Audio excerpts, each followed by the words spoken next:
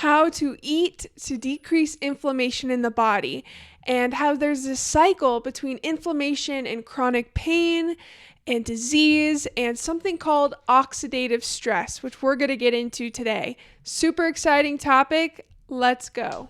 Welcome to the Enhance Your Health podcast. I'm your host, Dr. Michelle Green, and you can join us each week where you will learn practical ways to enhance your overall health, physical and mental, along with special guest episodes from experts around the world.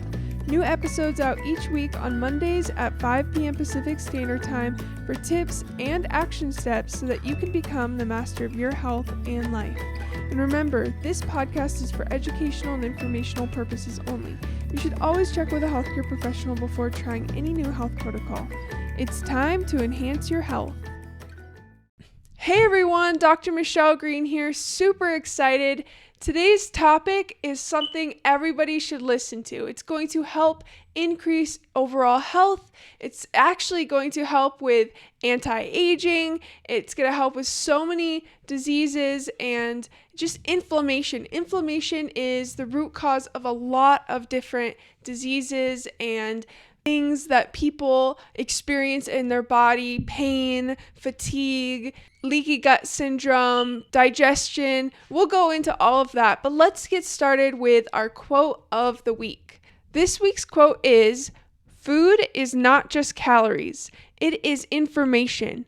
It talks to your DNA and tells it what to do.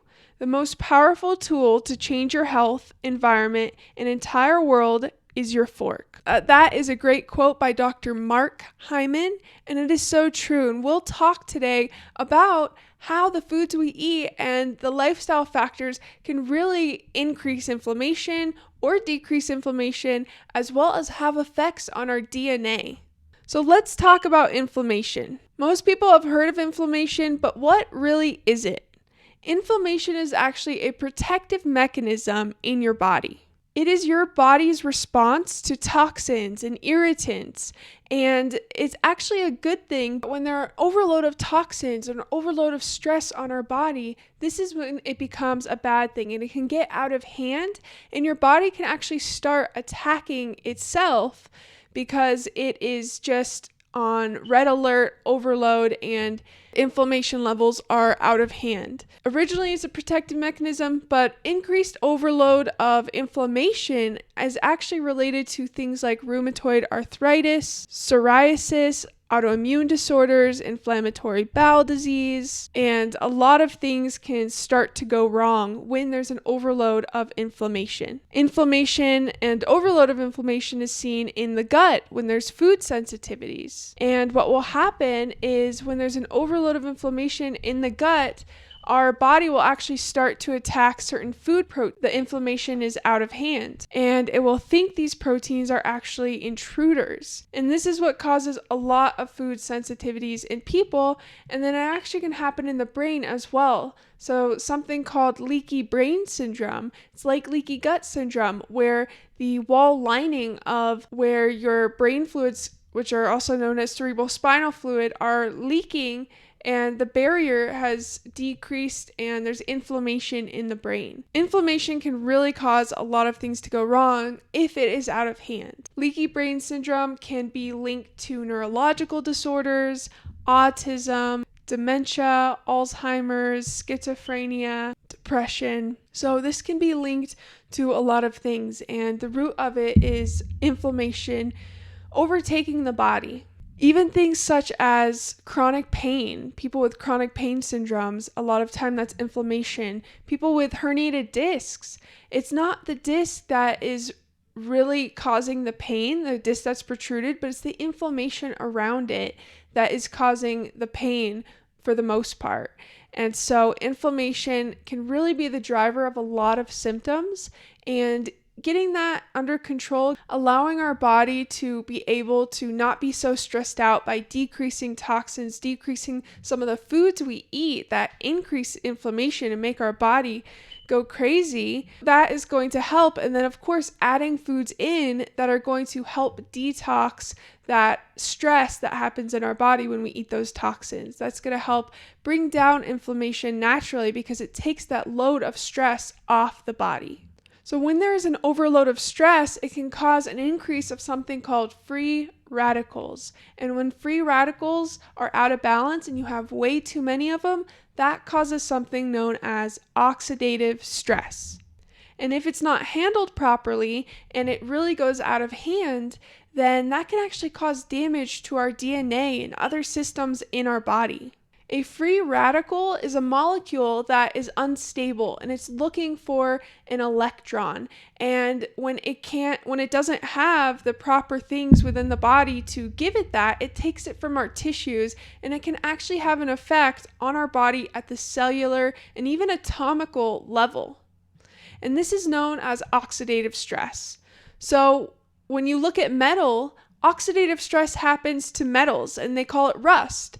When oxidative stress happens in our body to our cells, that causes damage on an atomic level. And really it's doing the same thing, something called oxidation. But there are ways to prevent this. Oxidative stress goes hand in hand with inflammation. When there's an increased amount of oxidative stress, it increases inflammation. When there's increased inflammation, it causes oxidative stress. It's this triangle, actually. So the third part of the triangle is disease. The more disease you have, the more inflammation, the more oxidative stress, and it goes around and around and around until you get trapped in this cycle of disease and stress and symptoms, and we don't want to get you there. And if you're already there, this is going to help you as well. But we want to make sure that we have these levels under control. Your body's able to detox from these toxins, and that's going to help with inflammation levels, pain levels, and overall wellness. So some of the ways that free radicals, when there's an overload of free radicals, some ways that it affects the body is that it can increase certain diseases that have to do with your kidneys, diseases that have to do with your lungs, your eyes, such as cataracts, your heart, your brain, joints, and things like anti-aging, actually. If you have a lot of free radicals and not enough ways to lower the free radicals, and we'll talk about how to do that, it will increase aging in the body. It can lead to cancer, diabetes, infection. Basically, it's linked to a lot of different things that can go wrong in the body. And it makes sense, right? If your body is overloaded and with these free radicals taking electrons, stealing electrons from your cells aren't going to be able to function properly. Now, how do you decrease free radicals? The way that you stop it from attacking your own body is through antioxidants. Antioxidants. So, oxidants meaning oxidation. These antioxidants go into the body and they actually help to give that electron to the free radical so that it doesn't have to take from our body. It protects our body from this damage. Now, we will do a whole topic about genetics, but really briefly, genetics has a really big factor in this as well, because our genetics change based on the lifestyle factors that we choose, the foods we eat, what we do, what we're exposed to. Our genetics actually turn genes on and off. We're usually told that genetics are just a roll of the dice, you get what you get, but new science is finding out that we actually can change how our genes are being expressed. Our genetics aren't set in stone. So what happens is if we're taking in toxins all the time, such as pesticides, toxic elements, plastic, drugs, alcohol, all of these can have an effect. And they can have an effect on our DNA as well.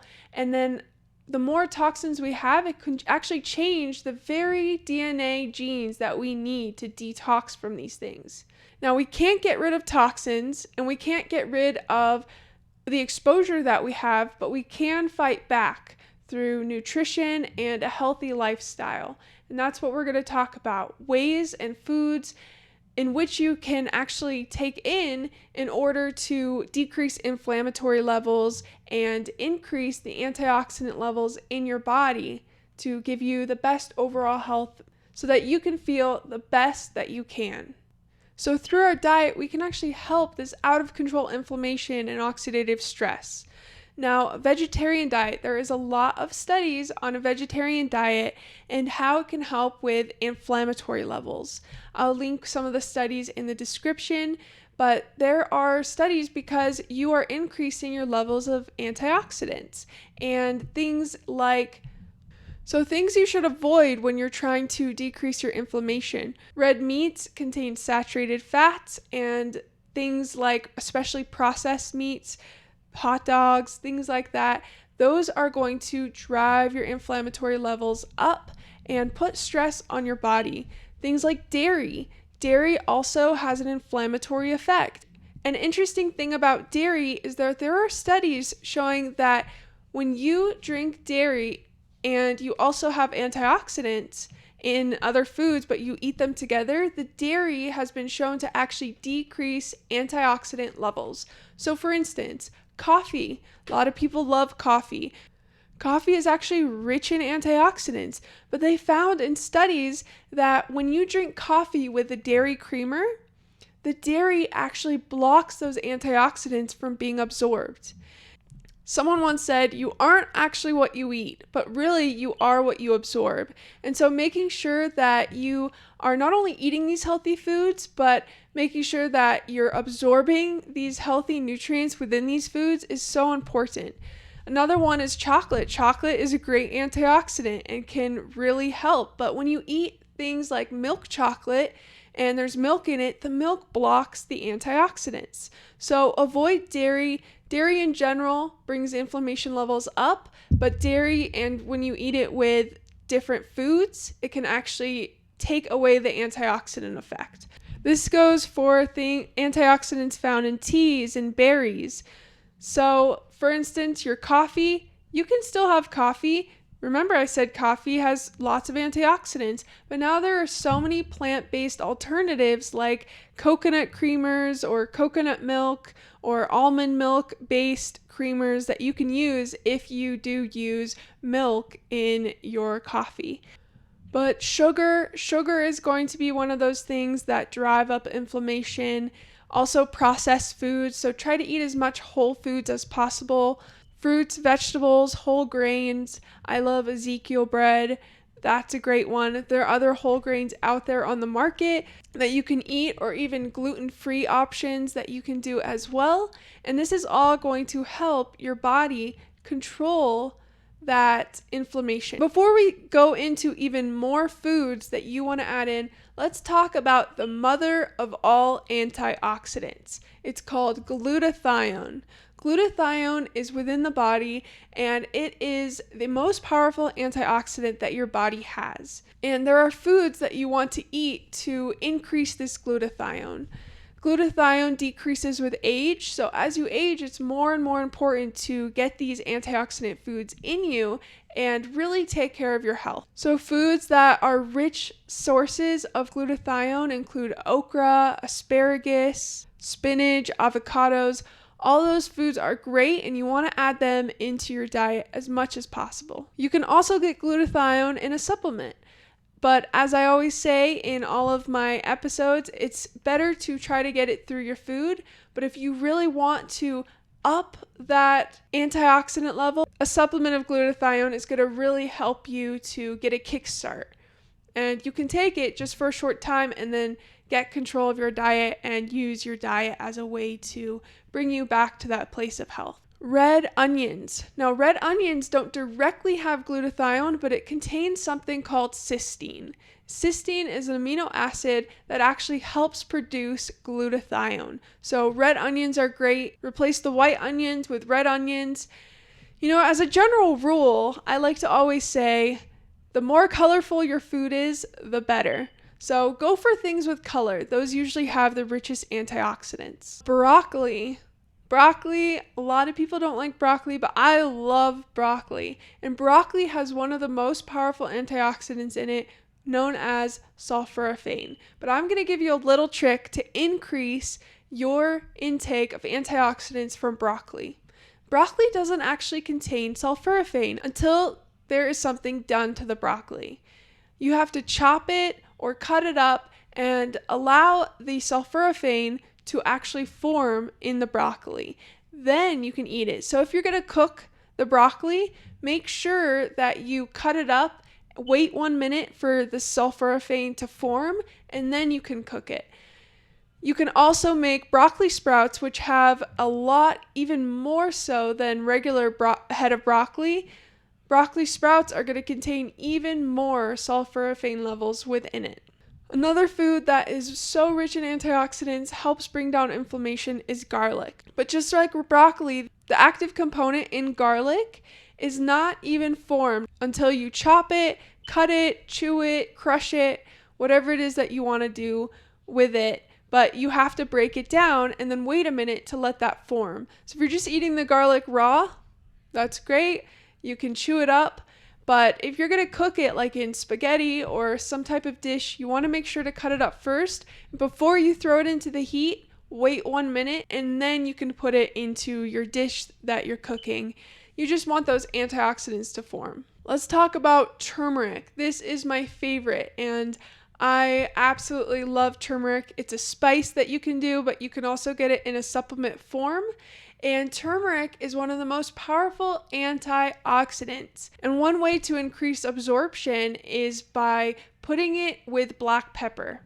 So turmeric goes great in lots of dishes. I put it on my salads. I make tofu scramble with it, put some turmeric in it. I put it on everything. But you always want to make sure that you pair it with black pepper, because black pepper is going to increase the absorption of that turmeric. Turmeric also has amazing cancer-fighting properties. So definitely incorporate turmeric into your diet. That is one thing you are going to want to do.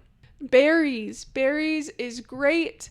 Throw them in a smoothie, eat them raw, eat them plain, even throw them in a salad if you want. But you want to have berries every single day. Berries are so good for you. They have so many antioxidants, and they've actually found and done studies that berries can help with high blood pressure, which is huge right now in our country, in America especially. High blood pressure is a huge problem. There was actually a 14-year Harvard study with over 30,000 participants, and it showed that people who increased intake of things like blueberries and strawberries actually had an 8% reduction in high blood pressure, which is huge. So make sure you're having your berries. That's also going to help. Blue foods. Foods such as red cabbage, cherries, things with that rich blue color, radishes, contain an antioxidant called anthocyanin, and that is a very powerful antioxidant that you definitely want to incorporate. So like I said, colored foods are going to be your best friend when you're trying to bring inflammation levels down,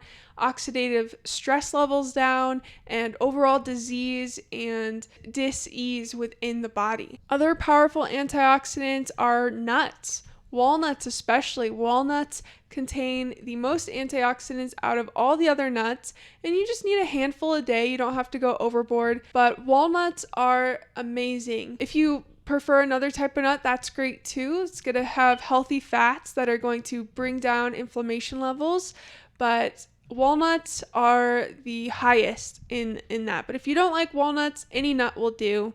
And then, of course, there's things like peppers, red bell peppers. They contain really powerful antioxidants. Vitamin C-rich foods are going to help, like kiwi. Bell peppers, like we just mentioned, are high in vitamin C. Vitamin C is a powerful, powerful antioxidant. So make sure you're getting your vitamin C. Chestnuts is another one that is so powerful. There's also green tea, which we talked about, but green tea has powerful, powerful antioxidant effects, as well as being very good for cancer prevention. Carrots are a rich source of beta carotene, another antioxidant. Lemons. Lemons are great. You can put them on salads in the morning and at night. If you get a glass of water, preferably filtered water, and you squeeze some lemon in there, that's really going to help your body be able to detox toxins, bringing inflammation levels down and stress levels down. So lemon water is amazing, and lemons in general. And tomatoes are another one as well. Tomatoes contain lycopene, and actually lycopene is most active when it's slightly cooked. So if you're going to eat tomatoes, that's wonderful. If you slightly cook them, it's even better as far as antioxidants and absorption levels within the body. And then, of course, dark leafy greens. Always have your dark leafy greens. So really, overall, it's really just about increasing fruits and vegetables, having a wide variety of fruits and vegetables that you can pick from, that you can eat from every single day. Eat the rainbow in fruits and vegetables. That is going to really help your body process toxins and not get so affected by them, and decrease inflammation levels. So important for fighting disease, preventing disease, and you want to make sure that you are getting a variety in your diet. So hopefully that helps you understand a little bit more about inflammation, oxidative stress, and disease, and the cycle that goes with those things. And through diet, how you can take your health into your own hands and really be informed about the foods that you eat and the effect that it has on your body. You don't have to be perfect, and if you're eating a lot of antioxidants, you will actually be able to handle these other foods better. So if you go out to dinner and you really want a piece of that cake or cookie or whatever it is, you can have it, but it's that 80-20 rule. 80% really, really well, and if you want to treat yourself once in a while, that's okay. And you'll have the antioxidants to be able to handle the stress that might put on your body. So load your body up with antioxidants. And now it is time for the challenge of the week. This week's challenge is incorporate 2 new antioxidant-rich foods that I mentioned. Maybe incorporate turmeric into your diet. That would be an amazing one to incorporate. Maybe you want to incorporate green tea or reduce your dairy intake. Maybe get a plant-based creamer. Do something that is going to help your antioxidant levels and feel the difference. You can find more about nutrition on my website, drmichellegreen.com. There's actually a plant-based nutrition guide that you can actually get as a complimentary gift, and you can find that on my website. Follow me at Dr. Michelle Green. That's for Facebook, Twitter, and Instagram. I post a lot of health information and ways you can enhance your health. And the Enhance Clinic is now open. So if you've been dealing with chronic illness or you just want to enhance your health, either way, you can come to me and schedule a consult with me, and we can work together towards your health goals. That's all for now. Join us every week at 5 p.m. Pacific Standard Time. It's time to enhance your health.